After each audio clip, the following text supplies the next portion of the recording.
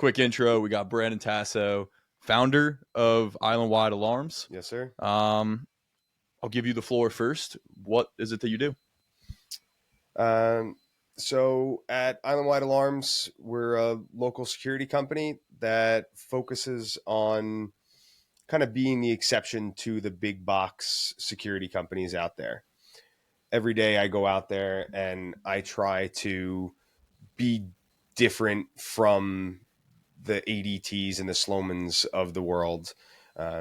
If that's what you're looking for, more power to you. You want to just be a number and you want to have a big company that you want to deal with. That's fine. That's what some people do look for. I have encountered a couple people that actually have said to me that they're looking for that, but the majority of people on Long Island are looking for a personal relationship with the person that they're going to do business with. Security is a pretty intimate thing. I'm in your house. My guys are in your house. We're doing work.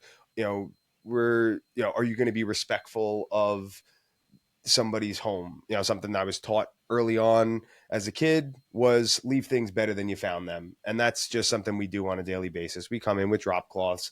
We use vacuums to clean up our mess. Customer says, oh, no, don't worry about it. No, we will worry about it. This is, a point of pride for us is we want to make sure that at the very least your home is, as clean, if not cleaner than when we got here. And so that's what I've always tried to do. My dad owned a mechanic shop growing up, so I always got to see him interact with customers. And I didn't really know it at the time, but I was learning how to deal with people, how to keep a clean space. Everything was meticulous. When I did help out when I was a kid, he had me mopping and running the floor cleaner through the shop, and all his customers are always impressed with how clean it was. So those kind of values are things that I've tried to be I've tried to be different from those big box stores, because they don't care. All they want is you to get in, out, and on to the next job. So if you left a mess behind, even if it leads to a bad review, those big box stores, they don't care, because they spend so much money on advertising. They're just going to power through somebody complaining that they left a mess in this room. They don't care about that kind of stuff. So for me at Islandwide Alarms, that's what we try to do, whether it's an alarm system, cameras, audio. We even do Wi-Fi. Even if you want to just bounce ideas, I literally met up with a customer today that was like, I really don't think we need your services, but can you come by and talk to me about my new construction and what kind of things we did? And I spent like an hour and a half with him just talking about all the things that we could do for him through the house. And, now he's like, oh yeah, I want to do that. Oh yeah. Having automatic shades would be super cool that open automatically at sunrise, and, having music that, you can control with Alexa or, Google, something like that. So, it's kind of a very long-winded answer to your question. No, that's good. It's good. So I want to know like how you got into this business. So one thing that you said that kind of caught my attention was seeing your dad running his mechanic shop and seeing the way that he did business and really cared about his customer. Seems like maybe that is probably tied into how you ended up, having your own business, or at least the way that you run your own business today. So yeah, if you want to just maybe go back to, I guess, like a quick thing of, going back to when you were a kid maybe, and how did you find yourself today owning this company? Yeah. So like I said, my dad running the shop, just dealing with people. You would work in it, I guess, maybe from a Yeah, I pretty young did. age? It wasn't always turning wrenches. He would always say that, Brand, the work's not always turning wrenches. Mm-hmm. And another thing is, don't make more work. I remember breaking something. We were trying to fix something on one of the trucks he was working on, and I broke it. And he's like, we're here fixing this thing, and you're breaking this thing over here. So that's always a good rule of thumb. Good Is, lesson. don't break other things while you're trying to fix stuff. But he just the way he carried himself. And my mom was kind of the same idea too. She was self-employed for a lot of when I was younger. She was a hairdresser. She worked out of the house. She was a hustler, and those kind of values just came through to me. I always kind of knew I didn't have an employee mentality. Yeah. We need employees. Employees are invaluable to society. They want to show up. They want to do their job, and they want to be able to go home and leave their work at work. For me, I always brought my work home with me. Mm-hmm. I always cared about well, did we do a good job today? Could we have done better when I was working for somebody else? And I always kind of had the thought in the back of my head is, one day I'm going to be self-employed. One day I'm going to work for myself, because as an employee, you only get paid what your job is worth. You don't get paid what you're worth. Hmm. So the only way to get paid what you're worth is to go out on your own, do your own thing, and multiply yourself. And that's, what being in business for yourself really does is, I can teach my values to my employees. I got a great crew of people that work for me that make us look good on a daily basis. And that's really, I hire for character. I don't hire for, who's going to take the lowest pay.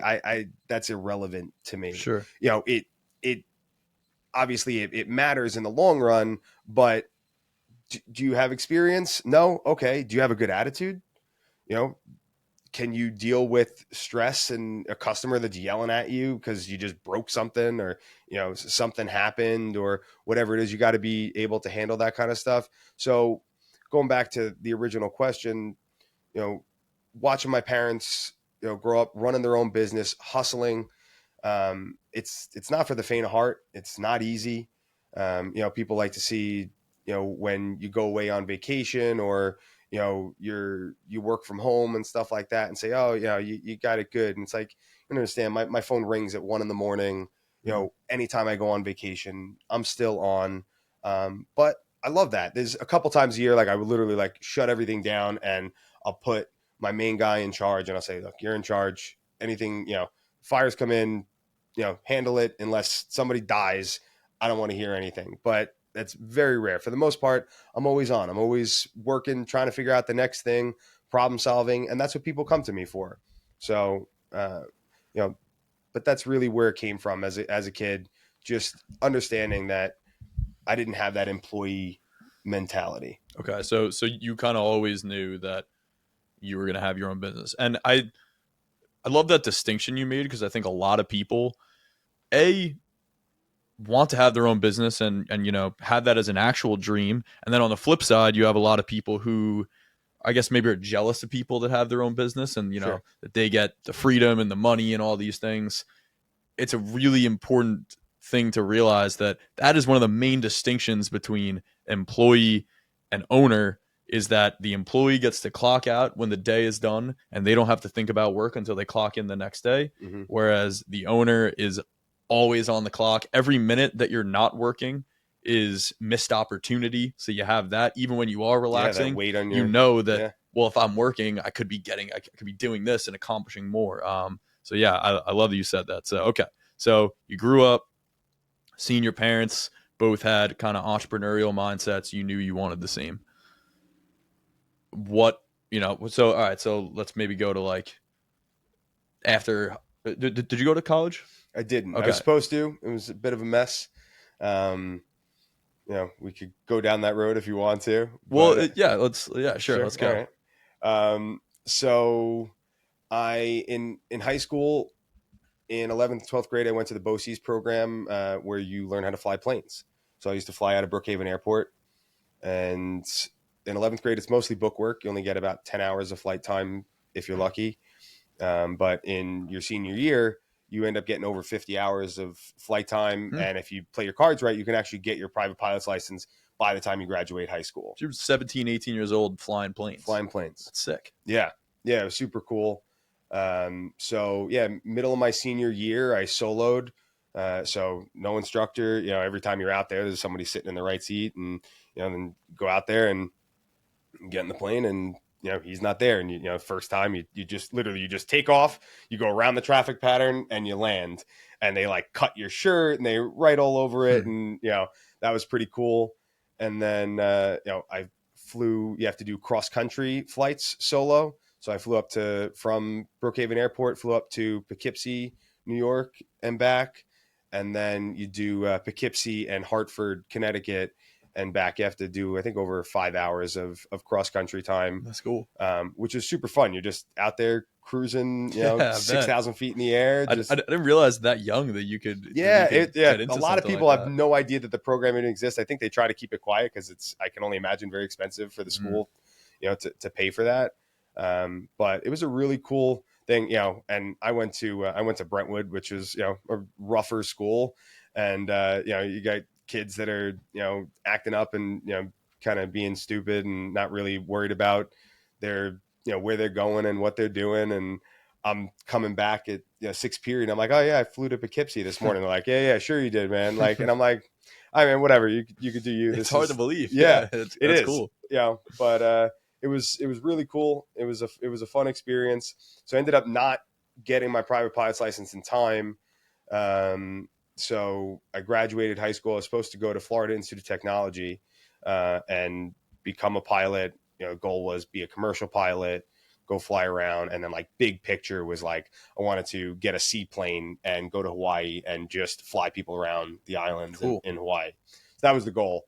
And then when it came time to sign the student loans, my parents were like, "There's no way." They're like, yeah, it was like $40,000 a year to go to school. And to be fair, I wasn't the most applied person in school. It's not really my strong suit, books and studying and that kind of stuff. I can always apply myself to hard work. Like you put something in front of me, a task, I'll do that. But the book side of things, it just never came easy to me. So I think they got nervous and saw, that maybe I'm not going to finish, and they'll be stuck. I always had the intention of paying my own bills, but adults, your parents can usually see things a little more objectively and see that maybe I wasn't going to succeed. So everything just crashed and burned. I actually found out from the school that my student loans never got signed, and I talked to my parents and like, yeah, we're not signing that. So I was like, well, I guess I'm not going to school. And I was like, all right, well, I'll go to work and kind of do the thing and save some money, and then I'll go to school later, or I'll finish my private pilot's license afterwards. And that was 18 years ago. Gotcha. So I just never went back, and that kind of takes me into, uh, if you want to keep rolling with. Yeah. So what job did you get into instead? So I worked for my uncle at an HVAC company, um, you know, and I like blue collar work. I like working with my hands. I like going to different job sites, and Mhm. the thought of like being in an office, day in and day out, the same, same environment all the time just doesn't suit me. It's not my style. So I liked being in different places and problem solving. That's one of I think my strongest attributes is just looking at something and figuring out how do I make this work. Um, so I would do that in HVAC, but after about a year and a half, I found like everything says like may cause cancer on the packaging, like all the Mm. insulation that you're dealing with. It's all fiberglass and formaldehyde and all this like crazy stuff that's in it, and you're crawling through attics and you're always uncomfortable. In the summer, the AC is broken. So you're in somebody's house. They're pissed off because their AC is not Mm. working, and you're sweating, Yeah. you're Now you're dying. pissed off because Yeah. their AC is broken. So you're fixing that. Or in the winter, you're freezing because their Mm. heat's broken. And, so it's like, it's just miserable all the time. I'm like, where are the good days, Yeah. So the good days were just too few and far between. So that was kind of my first real job was doing HVAC, which, like I said, I learned I like working with my hands and blue collar stuff, but I learned I didn't love the industry. So I kept looking. Gotcha. And now, all right. So from there, what happened in between that point and you having your own company? Yeah, so I talked to. It's funny. I was at my dad's 50th birthday party when he had his mechanic shop. I think it was like just before he moved. He lives down south now. After I graduated high school, he sold the business and he moved down south.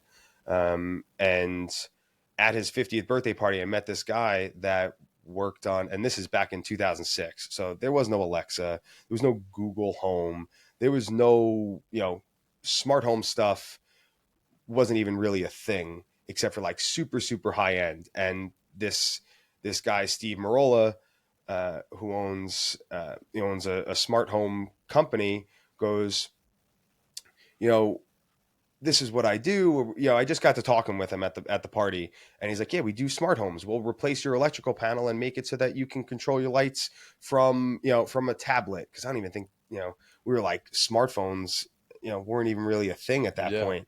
So working you worked on some kind of tablet, and I just thought it was so cool that he's makes lights turn on and off, fans, and like I said, you didn't have Alexa. So all That's this stuff yeah. was like It's like revolutionary. wizardry at that time. Yeah. And it was like 6 figures to put this in your home. Jeez. Like you would replace your entire electrical panel, and there'd be, hubs and communicators, and all. It was so complex. Now we're so spoiled. It is, it's almost too easy Mm-hmm. at a certain point, because a lot of stuff is plug and play. They've made things a lot more user friendly.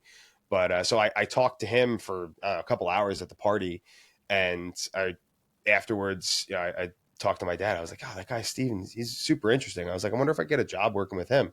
And he's like, "Oh no, I'll connect you guys." And so he connected us, and that was back in 2007, I think. Mm-hmm. And so I started working for him, learning, pulling cable, all that kind of stuff, and kind of slowly, rose through the ranks. That job kind of, I felt like after a while, I kind of reached my limit, what I was going to be able to do there. So I actually got handed off to a friend of his, and just started doing the same stuff for another company. Um, and then I ended up really putting about 11 years with a company out of Freeport. I ended up kind of running the show, and I was in charge of the day-to-day activities, everything that we were doing. And, customers would be calling me, and, I realized at that point, I was like, if I'm doing the installs, I'm handling the customer service side of things, I'm walking jobs and giving, time estimates on things. I was like, I think I could do this. Yeah. I always knew I had the drive. I just think I needed the experience. And I think that's one thing that I learned, uh, was don't go too soon. Don't be afraid to spend a little bit more time learning and working under somebody. Sure, you're not going to get paid as much, but if we keep snowballing into this, I quit my job in 2019, which, as we know, is right before COVID Mm-hmm. hit. Now, my wife is a teacher. Her dad worked for the railroad. Her mom was a teacher. So they're all like union, put in your 25 years, get your steady paycheck and Play your it safe. benefits and play it safe. Yeah. Exactly. And for what it's worth, that's great. And part of me says, like, you should have done that, should have got a job working at the railroad, or something like that. And, kind of take that route. But I just, that wasn't for me. So when I told my wife I was quitting my job and I was going out on my own, she's like, "You're out of your mind. Why? You've got a good job." I think that year I made more money than I'd ever made. And she's like, why are we going to reinvent the wheel here? And I was like, because I can do more. I knew that there's more out there. I was capable of more. So that was really tough. So we made a deal. I said, "Give me 6 months." We had a nice little nest egg set aside, and I said, "Live off that." And went 6 months without a paycheck. I said, "Let's let's see where this goes. And if after 6 months we've burned through the money, or we're not going the right direction, I'll tuck my tail between my legs and I'll call." So my skills are always, I always knew I could go Yeah. find a job. You're employable at this Right. point. I Yeah. mean, anyone would hire me that's looking for someone with a ton of experience in the industry. So I was like, I can always fall back on that. I said, I'm young. I want to do this young, and just let's see what happens. And COVID hit, and she's like, "What the hell were you thinking?" Mm-hmm. So we had, security, they say, was essential. So like, you can work. I'm like, I started my business 7 months ago. I barely have customers, let alone somebody that's going to let me in their house when everybody thinks you're going to die. Sure. So, we like, went from not taking a paycheck for 6 months. I started taking a paycheck for like 3 months, and then we went back to, Mm. not getting paid anymore. So that was a really, really hard way to start. So But wait, did you basically those 6 months you build the business up, I guess to a certain point, and pretty much it all went to shit when COVID hit? Is that what you're saying? Like, So it was probably 6 months. I took my first paycheck, had money in the bank, and we're like, all right, cool. We're heading the right direction. And then about 3 months of that, after that is when COVID hit, that, 2020, maybe another, maybe 5 months, something like that. and everything just came to a screeching halt. Yeah. And you're calling everybody, and they're like, yeah, well, when all this dies down, we'll, Yeah. so that was really hard. So how'd you push through it? I said, I think the experience, just knowing that I wasn't going to fail, like, just, I always trusted myself to say, you're going to put the time in, you're going to figure this out. Um, I took a risk, but it wasn't a reckless risk. Mm-hmm. They said we had a nest egg, we had money set aside. Right. You have kids at this point too, right? Yeah. Yeah. So I had my kids were 5, 3 and 5 years old. Mm-hmm. So, the weight of that was really heavy, which I think is a good thing. It pushes you. It made me, say, all right, failure's not an option. Yeah. So we hunkered down when we had to. And, as things started to subside and COVID, chilled out, it was like, all right, my phone started ringing again. People are answering their phones. And, it was just kind of this slow chug, chug, chug, chug, that snowball rolling downhill, whatever. We started building up momentum, and, then, by 2021, we were back on our feet, and, and things were moving along. Cool. Here we are today. So basically you just you kind of just weathered the storm. Yeah. And outlasted. Yeah. Just knew that it was, nobody was really working. So I wasn't going to really be able to get a job at that point in time. So we kind of just made the most of it. We hung out like a lot of people did during the COVID time, and, so went out for walks. I remember that was like the thing. Everyone, you had to stay across the street from people or whatever, but, everyone started doing their walks. But it was good. I think that was a good time. It was a good reset. I remember my mind, kind of clearing up. Yeah, the weight of the bills and everything like that. But at the same time, I remember, it was very weird, getting up, not having to worry about going to work and stuff like that, because there was nothing to do. Mm-hmm. So, my wife and I started doing yoga every day. Sweet. And, started making some, good life choices. I remember thinking, like, man, this is the best I've ever felt in my entire life. I like being unemployed. Yeah, this is great. But yeah, it's crazy what people like. It's honestly always interesting hearing like what different people were up to. Like, because I was in college, I remember coming home, and like when this was all new, my mom had us, like, me and her were 6 feet apart in our house. Like we wouldn't go near each other. Know what to do. Like, I was like, all right, whatever. I guess this is what we're doing. I don't know. I probably wasn't the most rule abiding, COVID person, but neither was I. Yeah. But they were all making it up, and that's, you took it with a grain of salt. You said, all right, they're trying to figure this out. At a certain point, they were just trying to keep everybody safe, and then it started, getting a little crazy, and then I'm like, all right, this is where I draw the line.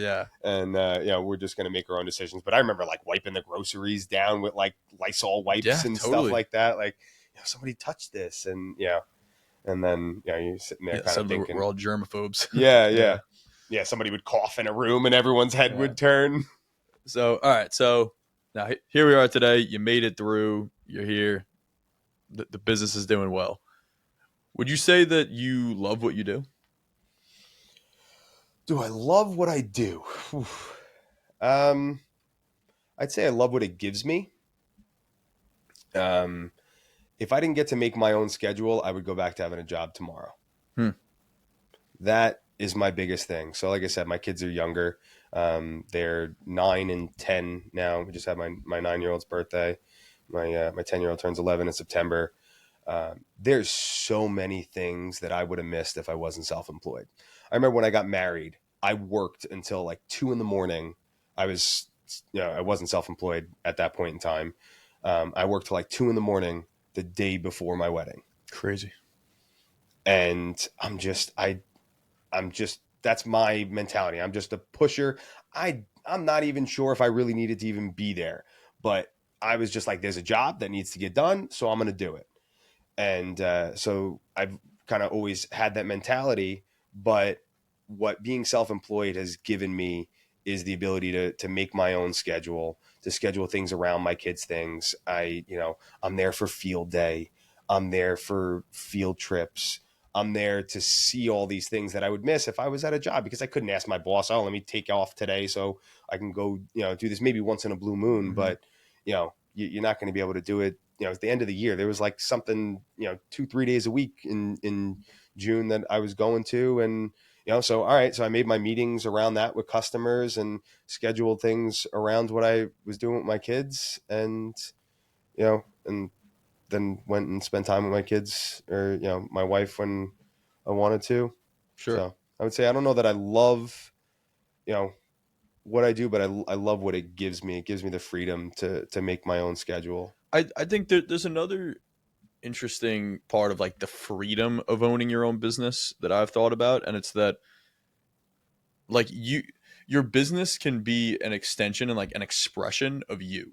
And like, whereas I think a lot of people think of, okay, well, I'm going to be this for a career, and you kind of push yourself into a corner of like what that means about you as a person Hmm. and who you are as a result of that.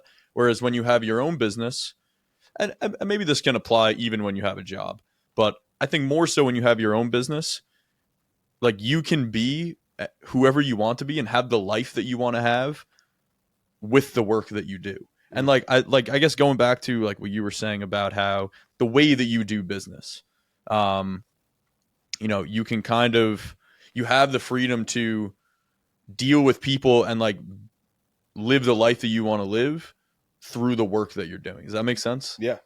Um, Yeah. Because so your job yeah, can't really change. Like you could tweak it a little bit, but you've got a set role in your job, so you can't really make it your own. yeah, You could exceed expectations and maybe it'll evolve or you get promoted or something like that. But you're always, existing in that environment. I have the opportunity as a business owner to be like, you know what? We don't do enough fire alarms. Let's go do more fire alarms. mhm, Or, I, you can just choose, all right, we're going to do more of this, and we'll go out there and we'll figure it out. And our brand just changes as I decide what we're going to do. So yeah, so I agree with that. But at the same time, I look to my employees to kind of guide where we want to go. And I think that's another thing that kind of sets me apart from, you know, other companies, is I don't tell the guys what to do. I ask them what to do, what mhm, we should do. What do you think about this? I know that I'm newer to business. It's 7 years almost now. So I've got a good feel for it, but at the same time, I don't pretend to know everything. right, I'm like, guys, is this working? I was talking to my guy today, about a job we're doing tomorrow. And I said, look, Pete, what do you want to do? We're running conduit here. We can run metal conduit. We can run PVC conduit. What do you want to, what would you prefer to work with? And, we had just an open discussion and say, all right, that's what you want to work with. All right, cool. We'll go that route. mhm, There's no wrong answer. So, that's part of the brand that I think I've developed. One of the things that I'm proudest of is making happy employees, people that want to come to work and enjoy the environment. We've got a group text that the guys are, breaking each other's chops in the group, and it's just stupid nonsense that has nothing to do with work. And I freaking love that. I literally say in the group, like, I'm so happy that we're just like bullshitting and like just yeah, talking nonsense here, because you can, I don't know, just being stiff was just never my mentality. You should always have fun at work. You can still get work done and take it seriously, but sure. have a good time. So that's another thing. It's the freedom to create the environment that you want to be in, and ultimately, even if it might not be your number one passion, the work that you're doing, but if you can create an environment that you love to be in, Hmm. then I mean, that's I would say just as important. Yeah. And I like, or I love technology. Like it's super fun. I like creating things and problem solving, different scenarios. And somebody wants cameras on their house, and how do we get the wire there? A lot of times we work on homes that are finished, Mhm. so now we've got because everyone thinks commercial is hard. Commercial security, commercial environments are tough because they're big. Mhm. And while that's true, everything in a commercial setting is planned out to be able to grow in the future. You don't typically put like sheetrock ceilings in a commercial environment, because you might need to run wire later, you might need to run plumbing later, and all this kind of stuff. In a home, whenever they build a house, I swear they think that this is the perfect layout and it's never going to change. Mm. So doing stuff after the fact in a residential is so much more challenging than a commercial setting. And again, people care about their homes. They don't want dirt and dust all over the place. They don't want you cutting holes in their ceilings and this and that. So it's really challenging to go into a residential space and try to figure out how are we going to get a wire from point A to point B. And I think that's what I love the It's a most. puzzle. Yeah, it is. It's an absolute puzzle. You go to a commercial environment and you just see wires running across rafters, and nobody really even cares. Mm. Maybe you make the head end nice and you bring your wires in nice and neat and that, but there's not a ton of problem solving. So as much as I don't necessarily like love my job or my what I do love the industry and the problem solving side of things and just cool stuff. You want to put audio in your home, like we do a lot of backyard audio for like pools. Oh, cool. A good friend of mine, Mike Rosano, does landscape design and pools, and he makes these beautiful things, and he brings me in and he's like, all right, you're my audio guy, come talk to the customer and paint the picture for them. So we sit down at their table while the backyard's a disaster and there's mounds of dirt all over the place, and they're struggling to see the finished product. And I say, all right, so your pool's done. You got this beautiful stone patio, and you've got your outside bar, and you walk outside and your favorite song is playing and surrounding you around the entire backyard. So when we do a backyard audio system, my goal is to not piss off your neighbors. Hmm. While it's to keep you happy, it's also angry neighbors, aren't going to make you happy So, either. Keeping the sound local. Yeah. Yeah. So I always try to go around the perimeter and aim everything back so that the focal point's like the center of the pool. So when you're in, I'll be like, you got a nice sized backyard. I'm like, we really should be doing 8 speakers around the yard. We could put a subwoofer in for the big party, but we'll home run that so you can adjust the volume independently on the subwoofer. So if you don't want to be waking up the neighbors, you want to have a nice chill backyard night, at 9:00 at night with your family, and you're not trying to, have this big, party, you can just turn it up. And they're like, well, 8 speakers, that's going to be crazy. I'm like, no, it doesn't really work like that. With 2 speakers, it's crazy because in order for everyone to hear the music with 2 speakers, you've got to have the volume at 9, Right. versus if you've got 8 speakers and they're scattered all the way around, or, strategically placed all the way around to create this, this little cocoon of sound, you can have your volume at 3, 30% of the way, and everything's coming in, and you don't have to crank it for everyone to get a good, good experience of that music. And so I always feel like when that project is done, you go out in the backyard and you turn the music on, it's like the icing on the cake. It feels like you've made it when you walk in that backyard, and it's just, this is mine. And you got your music playing and it's beautiful. So I really enjoy doing backyard audio. It's fun and it's cool. I like doing cool stuff. Yeah, absolutely. And also, it's what I'm sure you take a lot of pride in what you're giving people. The Sure. Audio, I mean, being obviously like a cool, fun thing with the security and alarms, like, you're helping people sleep soundly at night and feel safe in their homes. And that's, hopefully they never have to use their alarm system at all. Yeah. But knowing that it's there means a lot, I think, to a lot of people. Yeah, it's peace of mind for sure. I always tell people, if you're thinking about it, just do it now, because the longer you wait, the less, essentially, the more it costs per day to have it, right? Because eventually you're going to leave this house or whatever. So let's say you're leaving, theoretically in 10 years, but you wait 5 years to put the security system in because you've been kicking the can around, and you're like, I don't know, should we do it? Should we not do it? Just do it at that point, because the phone call that I hate getting is, my house is broken into, I want to put cameras in. Because statistically, it's probably not going to happen again, unless somebody's like specifically targeting you or something like that.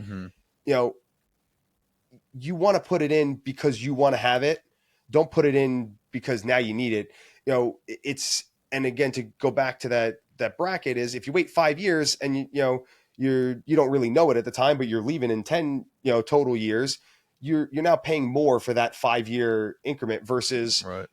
I get 10 years out of it now. And that's really what a security system, we put a camera system in, I typically, we're not going back there for 5 years plus. And maybe you get a connection that, that went bad, especially if, somebody's near the water, and it's salty, you might have to fix that. But you get 10 years out of a security system. If you want to update and all that kind of stuff, that's all well and good. But you're going to get a lot of time out of this. So if you're thinking about putting a security system in, or the audio system, or, Wi-Fi is driving you nuts in the house, like that's all stuff that we can solve. And it's better to do it now than to wait for there to be a problem. And then you're kicking yourself like, oh, we didn't catch it. Or, even smoke detectors. I had a customer that just had a renovation done. And we put in carbon monoxide detectors, and everybody's always smoke detectors, carbons, they're a little bit more on the expensive side, and you don't really ever really use them. So, is it, because I'll give a customer a quote, and, they're trying to find where can I cut costs. And I'm like, okay, you could do whatever you want. I don't tell people what to do. I give them my opinion. And as the customer, you tell me what you want.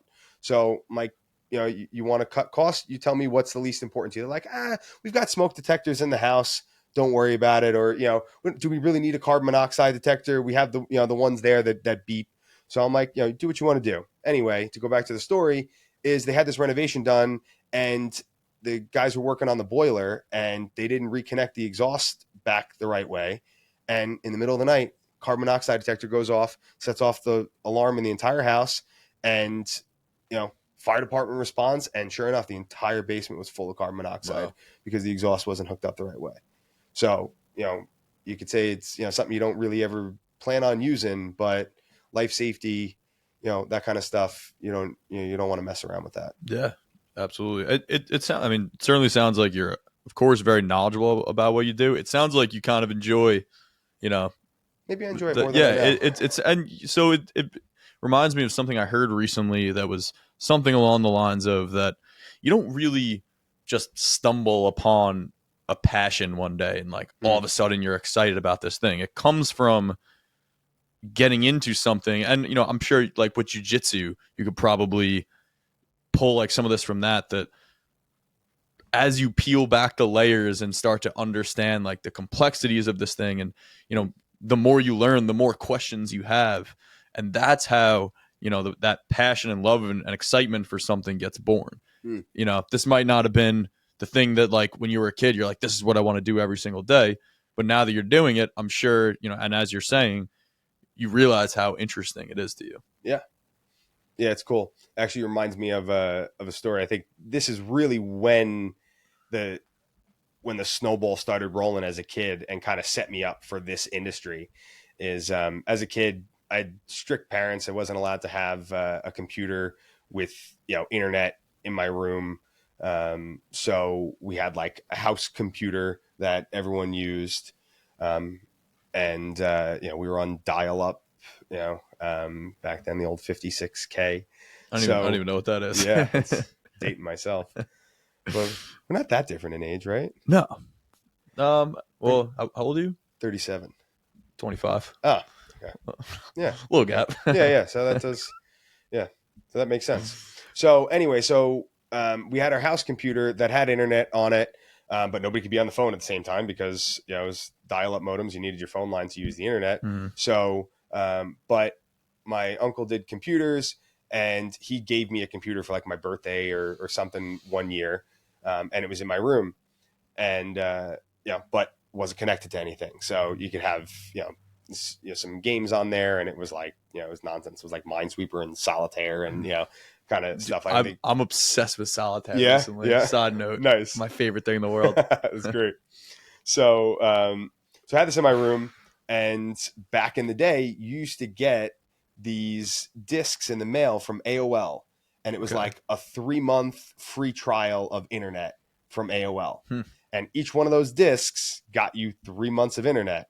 So they always went in the garbage because we had internet in the house. So, we didn't need that. But this light bulb went off in my head that says, well, if I get one of those discs and I get a phone line to my bedroom, I can have internet in my room. So the wheel started turning. So every day I'd get home from school and I'd check the mailbox and see if that was there.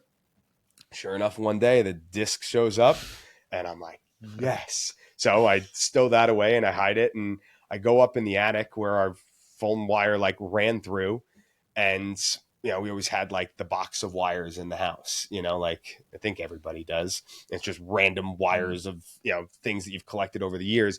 We had like speaker wire, and I was like, all right, well, I see this phone line, and I think I'm, I don't know, 11 at this point, Mm-hmm. and I'm like, you know, there's two wires in the phone line. The speaker wire has two wires. If I attach that to this, now I have phone line here. So I ran the wire across like the attic ceiling and or the attic floor, the ceiling of my bedroom, and I didn't even have a drill. I like literally like used a screwdriver to make a hole in my closet ceiling and poked the wire through, like ran it down, tucked it underneath the carpet, and then cut, because the phone line has like the little connectors on the end of it. So I had to cut that and now twist the two speaker wires back to the phone wires, and electrical tape, or probably use duct tape to protect the connections from shorting out. Plugged it into the back of the computer, popped the disc in, and You're live. sure enough, I got internet in my room. And I think that's kind of where it all started. I I was was gonna like, say, yeah, it sounds like from a young age, yeah, I had you were no getting idea at into the this sort time. of thing. All right, so one thing I feel like we have to talk about, which I don't think I've ever like even asked you this or anything about this before. I know that one thing that you really love is racing. Mm. Um, I'll just leave it there. Like, tell me a little about like what is it that you do with that? How'd you get into it? Mm. I do love racing. I love driving fast. I love kind of being at the limit of what a car can do. So my uncle Ralph, he passed away quite a few years ago, but he used to race out at Riverhead Raceway. So as a young kid, we used to go out there, and he raced figure eight because he's a maniac. Hmm. And he would, we'd watch him go around, and he won a couple championships as I was when I was younger. And like I said, my dad was a mechanic, so I was always around cars. um, we were not well off at all as a kid. So the idea of getting a nice car, or being able to race, or drive fast on a racetrack was super foreign, especially because I remember my aunt always complaining about how much my uncle Ralph was spending on this Sure, stuff, it's an and he had the expensive hobby. trailer, and tires are like, you don't even realize a set of tires like $3,000, and Mhm. you'll go through them in a day at the racetrack. Really? Yeah, Holy shit. yeah. So if you're really racing, so I don't race. What I do is it's called DE, or HPDE, High Performance Drivers Ed. So we go to the racetrack, we rent the track out, and we get to drive our cars on the racetrack. But it's not racing. So all passing is done in a controlled manner with a point by. So you actually like take you got one hand on the wheel, and if somebody's going to pass you, you put your hand out and you point to the right side of the car, and that means you're allowed to pass me on the right. And it just makes everything way safer. So Makes it so. so racing would be competitive, basically, whereas Yeah, this is not. exactly. Okay, Yeah. I see. So that's the difference. But I do, I love racing. I watch Formula One. I've got my wife into it, my kids. We went to Austin 4 years ago. We went to England last year. Went to the Cool. Silverstone Grand Prix. We're big Lewis Hamilton fans, and he hadn't won in like a long time. And he actually won at Silverstone last year. We like lost our minds. It was Sweet. insane. That's his home race there too. Okay. So it was really, really cool. Definitely one of the coolest experiences of my life was seeing that, because there was zero chance. Like nobody thought he was going to win. That no, Hmm. there was, you know, Nice. so for him to win that was really cool. So yeah, Sunday mornings we sit down and we watch Formula One as a family. It's cool. That's awesome. Yeah. What's your favorite car? Car. Yeah.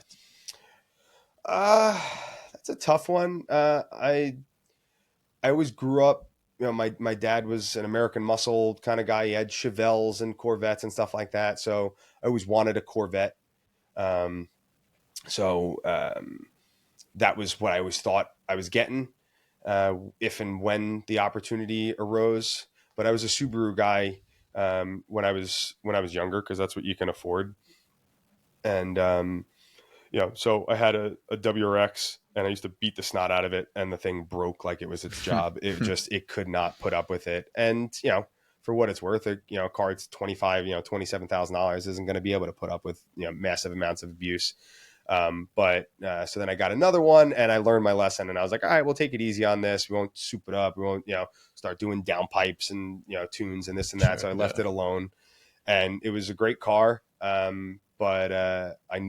is when I want to start my business. So when I quit my job, I didn't want the business to have debt. So I sold my car, and that was like, broke my heart. Like, Mm. I remember like thinking like, I'm never going to have a fun car again. I'm just an adult now, and I'm going to do adult things. And my childhood is over, well, little did I know I'm going to be a kid for the rest of my life. And,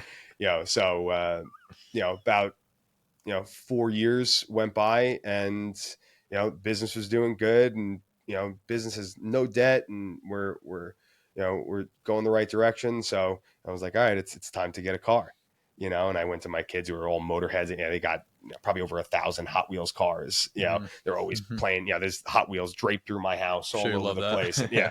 it's that's I think one of the best things about being a parent is like your kids inevitably love what you love. Yeah. So what what sometimes would be something that's like selfish, whether it's I don't surf as much anymore, but like going surfing or going to the racetrack or any of these things, as your kids get older and they can do them with you, That's amazing. now you're just a good dad because Yeah, you're yeah, doing yeah, stuff with your yeah. True. kids. So we're like making our own little friends that we can bring with us and be passionate about the things that we're passionate about. So the heartbreaker in this was I wanted to get a Corvette. And my older son, I think he was like 6 at the time, and I'm like, all right, we're gonna go look at I'm gonna go look at Corvettes. And he's like, all right, Dad, let's go. And I'm like, we're gonna go for a test drive, bud. Like you can't come. Uh, I'm like, there's only 2 seats, and like just oh, starts bawling. that's terrible. And I was like, oh my God, what am I gonna do? So I was like, well, I guess the Corvette's off the table. I guess we're looking for a 4-seater, fun car that we could drive. So, the research started, and a friend of mine drives on the track. The guy I grew up, as actually his son was my close friend. But he drives on the racetrack all the time. He did DE, and he's a big Porsche guy. And I'm like, all right, I want to get a Corvette. And he goes, don't get anything but a Porsche. I'm like, but Porsches are really expensive. Don't get anything but a Porsche. I'm like, but what about the maintenance? Don't get anything but a Porsche. And I'm like, all right, so I'll start looking. And of course, around Long Island, everything's super overpriced and it's in bad shape or it's high mileage and this and that. So I started looking, and up by Niagara Falls, I found this like beautiful 911 under market value. And I was just like, that's the car. And so ever since then, I went and got that, and that's my baby. I love that thing, but it treats me well. I mean, bang for your buck. Porsches, they depreciate like nothing else. They do not go down in value. If anything, they go up in value. It's like the loophole for the car industry. Like everything else, you drive it off the lot, you lose 20% right out of there. It doesn't even matter. People, a lot of people don't drive them. They like to make garage queens. I drive my car everywhere. I drop my kids off at school in it. They love it. It's got a back seat. So, Yeah, I was gonna say, is that have you gotten the seal of approval from the kids? Oh yeah. So it's a 911. So it's got the back seat. It's small, but Cool. they're small. So, my 10-year-old is getting to the point where his knees are like rubbing on the back of my seat. But, besides that, yeah. So, Porsche's definitely, one of the most impressive vehicles out there. My dad, I remember, because he's a mechanic, lifetime. He lives down south. He works on tractor trailers now. But he always said, Brent, cars can't put up with this. It's not going to work. It's not going to work. And now, he's going to the track with me, and he's just blown away by the fact that you can go beat the snot out of this car over and over and over, and they just put up with it. Yeah, I've heard that Porsches are like the most reliable daily driver sports car that you could get. Yeah, there's nothing else. Ferraris and Lamborghinis, they're all prima donnas. They all need crazy maintenance. You change your oil, in a Porsche, you take care of it. It's going to take care of you. The other ones, it's not great. Do you have like I think maybe this is more what I meant when I asked like favorite car, like I went off the rails there. dream car, modern or classic like past car, to like if you could have a chance to take it for a spin around the track. Or would you say you're driving it already? Not, so mine's, or 911 GTS, so just kind of like smack in the middle. They say that's the best blend between a street car and a track car. Okay. The GT3 RS is, really, I guess, a GT2 RS. If we're talking like big time dream, it's turboed. It's a monster. It's got over 600 horsepower and aerodynamics. I don't know if it's quite as much, as they say, like you could drive upside down, but it's got serious downforce. So the faster you go, the faster you can go, and that's super intriguing to me. What's the Porsche that's it's like $1 million plus, like 918? Is that it? There's a Carrera. There's so many. Carrera GT. Is that the one? There's like one Porsche model that, like the other ones are like a few $100,000, and then there's one that I think it's a little old, not old, but I don't know if I don't think they're making like a 2025 model. No, but like they go for it's probably the around GT $1 million plus. What you're thinking of, but the market's insane.